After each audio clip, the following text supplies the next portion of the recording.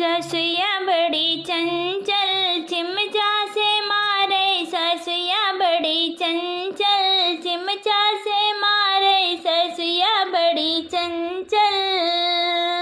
सासू जी के मारे ससुर लगे गईली, सासू जी के मारे ससुर लगे गईली, ससुर हरे जुतेना पैना से मारे, ससुर हरे जुतेना पैना से मारे, ससुया बड़ी चंचल चिमचा से मारे, ससुया बड़ी चंचल चिमचा से मारे।